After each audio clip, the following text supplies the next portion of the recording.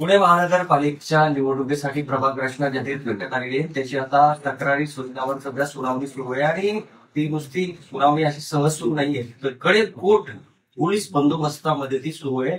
पत्रकारांना सुद्धा तिथं एंट्री नाहीये, त्यामुळे फारच सिरियसली ही तक्रार सुनावणी येणार ती घेतलेली आहे आयुक्त साहेबांनी. काल असं झालंय की शिवसेना एकनाथ शिंदे यांच्या पक्षाचे नेते त्यांच्या मोठी जबाबदारी या महानगरपालिकेच्या निमित्ताने देण्यात आली आहे.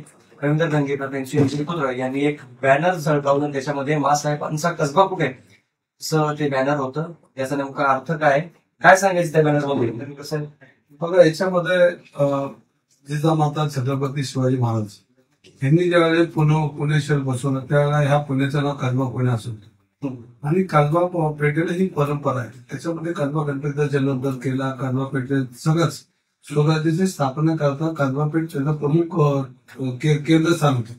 आणि आपण बघितलं असेल तर ह्या प्रभागामध्ये कसबा हा मतदारसंघाचं कवर कसबा प्रभागाचं नावच राहिलं आहे. पूर्वी कसबा गणपतीचे कायम प्रभागाची ह्या व्यक्ती दिसत नाही. आणि ह्याच्यामध्ये आपण प्रभाग रचना बघितलं असेल तर पूर्णपणे ही चुकीच्या पद्धतीनं राजकीय सावली पडलेला हा प्रभाग रचना. ह्याच्यामध्ये आपण बघितलं असेल तर पेटांमध्ये असेल, ग्रामीणमध्ये असेल, सीमारेषा, नदीची हद्द, रेल्वेची हद्द, प्रमुख रस्ते हे जर क्रॉस करून जर अशा पद्धतीने निवडणुका लढवणार असेल तर निवडणुका लढायच्या कशा करतो. म्हणून आयुक्तांनी 144 जाहीर करावे. 165 नगरसेवकांनी चांगलं हॅपी आहे. कारण तुम्ही जर लोकांना येड्यात काढून जर निवडणुका जिंकायच्या असतील आणि हा आयुक्त चुकीच्या पद्धतीने काम करतोय आणि ह्याला वारंवार सूचना देऊन सुद्धा हे फक्त खालचे 2 दिवस लोकांना घ्यायचे, येड्यात काढायचे, जे काय करायचे करायचे. त्यांनी ज्या संविधानाला स्मरून या सेवेत आलाय त्याचाही त्यांनी कुठं आदर नाही करत. चुकीच्या पद्धतीने राजकीय हस्तक्षेप स्वतः बरोबर घेऊन त्यांनी ह्या पद्धतीने प्रभाग रचना केली. ह्याला पूर्णपणे आयुक्त जबाबदार आहेत. आयुक्त ह्याच्यामध्ये आदी बाबा आहेत. राजकीय हस्तक्षेप अहो, आता तुम्हाला सांगतो, आदी बाबा म्हणून जो काम करतो आयुक्त हा सगळ्या लोकांना घेऊन आपण बघितलं असेल की ह्याच्यामध्ये सत्ताधारी जे भाजपचे पुण्यामधले लोक आहेत त्यांनी अशा चुकीच्या पद्धतीने प्रभाग रचना केली. ह्या निवडणुका ह्या कार्यकर्त्याच्या निवडणुका असतात, ते नेत्यांच्या निवडणुका नसतात. सर्वसामान्य कार्यकर्ता ह्याच्यामध्ये त्याची उभारणी होत असते आणि तो समाजाला काम करण्यासाठी एक नेतृत्व आपण देत असतो. पण हे नेतृत्व आम्हीच केलं पाहिजे आणि कायम आम्ही चुकीच्या पद्धतीने निवडणूक हायजॅक करून जर आम्ही जिंकायचं असेल तर मग निवडणुका न घेतलेल्या बऱ्या. आणि त्यांनी उलट आयुक्तांनी जाहीर करावं 165 काय नगरसेवक जाहीर करून जातो. तुम्ही भाजपचा उल्लेख केला, मात्र भाजप सत्तेमध्ये तर तुम्ही पण सत्तेमध्ये तर तुम्ही महायुतीचा एक भाग आहे तरी सुद्धा भाजपचं नाव घेतात.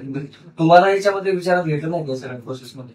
रवी धंगेकर, मी शिवसेना म्हणून तुमच्याशी बोलत नाही. रवी धंगेकर एक कार्यकर्ता आणि कार्यकर्त्याच्या पाठीशी उभा राहणारा कार्यकर्ता म्हणून मी माझ्या भावना बोलतोय. ह्याच्यामध्ये सर्व पक्ष, मग छोटे छोटे पक्षाचे कार्यकर्ते त्यांना एक विचार मांडण्याची जागा असते, समाजासाठी काम करण्याची ती जागा असते. त्याच्यात तुम्ही त्यांना हिरवून घेणार आहे. आज आमचं दलित समाज आहे, मातंग समाज आहे, एसी समाज आहे, हिंदी कुठं जायचं. आज आमच्या कसबापेठमध्ये पारंपरिक कमला नेहरूच्या इथं एसीचं आरक्षण होतं. आता कुठे गेलं ते? हो, तुम्ही जर अशा पद्धतीनं राजकारण करत असेल आणि सत्ता जर तुम्ही भोगायची असेल आणि तुम्ही जर आयुक्त जर संविधानाला स्मरूनच काम करत असेल तर मग या निवडणुका घ्यायच्या कशाला?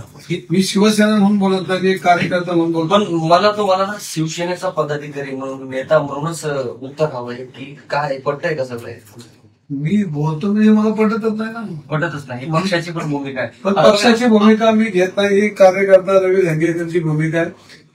तुम्ही पक्षात आहेत. माझा मुलगा ज्या पद्धतीने काल गेला त्याच्या भावना होत्या. कारण कसबा पेठ हा आमच्या भावनेचा विषय, आमचा परिवार आहे आणि कसबा पेठ नाही सगळ्याच पेठांमध्ये आम्ही पूर्वीपासून काम करतो. त्यामुळे पेठांचा आदर ठेवणं आमचं काम आहे.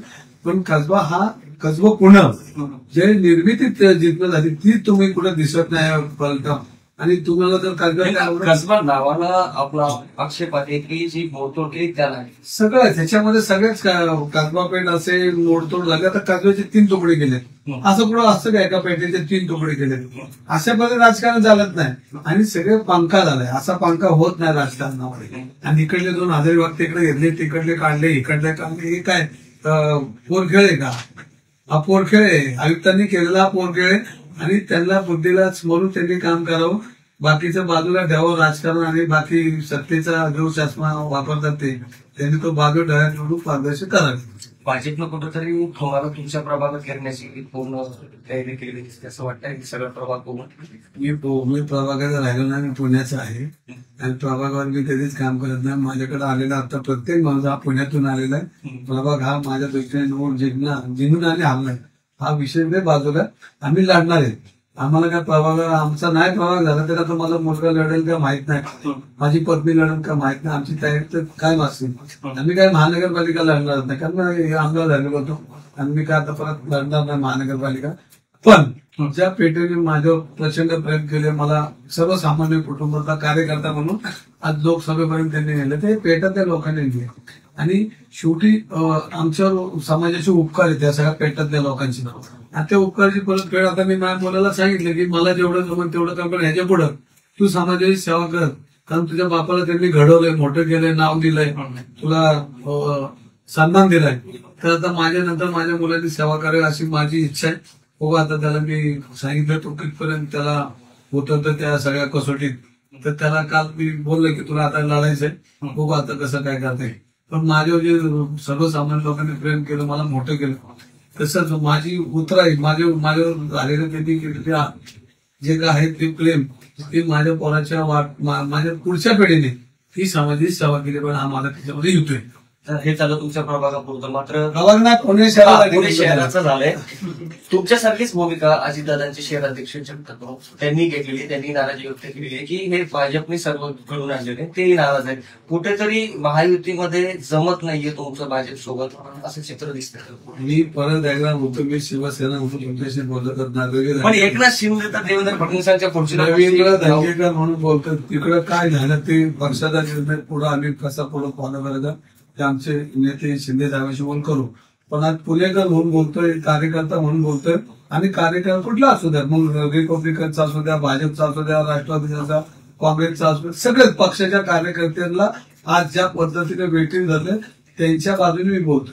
शिंदे साहेब पक्षाचा काय तो निर्णय घेतील, मात्र दंगेकरी तर भाजपला अंगावर घेणार नाही ना. भाजपला अंगावर घेणार नाही, चुकीच्या लोकांना अंगावर जे चुका करतात त्यांना अंगावर घेणार. तुमचा मोठा संघर्ष राहिलेला गेल्या 2-4 वर्षामध्ये भाजपसोबत. 30 वर्ष झाले तुमचा संघर्ष राहिलेला आहे. मात्र आता आगामी महापालिका निवडणुकीमध्ये जर महायुती घेऊन लढायचं ठरलं तर कसं काय मॅनेज करायचं. जनतेने सहकार्य केलं, साथ दिली तर मी चुकीच्या लोकांना पराभूत करायला प्रयत्न करतो. पण भाजपच्या आता नेत्यांसोबत खांद्याला खांदा लावून तुम्हाला लढावं लागेल, समोर जावं लागेल. खांद्याला खांदा कुठं लावायचं हे मला सांगत ठेवतं. काही ठिकाणी तिथं खांदा लावणार आहे, काही ठिकाणी खांद्याला खांदा, बाकीच्या ठिकाणी काय नाही. चुकीच्या लोकांच्या विरोधात खांदा माझा चुकीच्या लोकांना लागणार नाही. पण भाजपमधल्या काही नेत्यांच्या खांद्याला खांदा लागेल का तुमच्या. मोठं माझा खांदा चुकीच्या लोकांना लागणार नाही. बरं आता थेट विचारतोय, महायुती म्हणून लढायचंय महापालिका निवडणुकीत की कसं. शिंदे साहेब ठरवतील, ते लढतील, त्यांनी जो आदेश दिला तो पाळणार. पण चुकीच्या लोकांच्या विरोधात नाही तो उभा आहे. नक्कीच. तर हे होते रवींद्र दंगेकर, जे एकनाथ शिंदे यांच्या शिवसेनेचे प्रमुख नेते. प्रमुख जबाबदारी पुण्याची. त्यांनी त्यांची भूमिका स्पष्ट मांडलेली आहे. प्रभाग रचनेवर त्यांचा राग आहे, जी काही सुनावणी सुरू आहे हा फक्त निव्वळ पैशाचा चोराड आहे. आणि आयुक्तांना त्यांनी अलिबाबा आणि 40 चोर असं त्यांच्या शैलीमध्ये त्यांनी त्यांच्यावर टीका केलेली. बघूया पुढे राजकारण काय होतं. तू या लाईव्ह मध्ये थांबतो. विष्णू सारा, प्लेट्स ऑफ मराठी.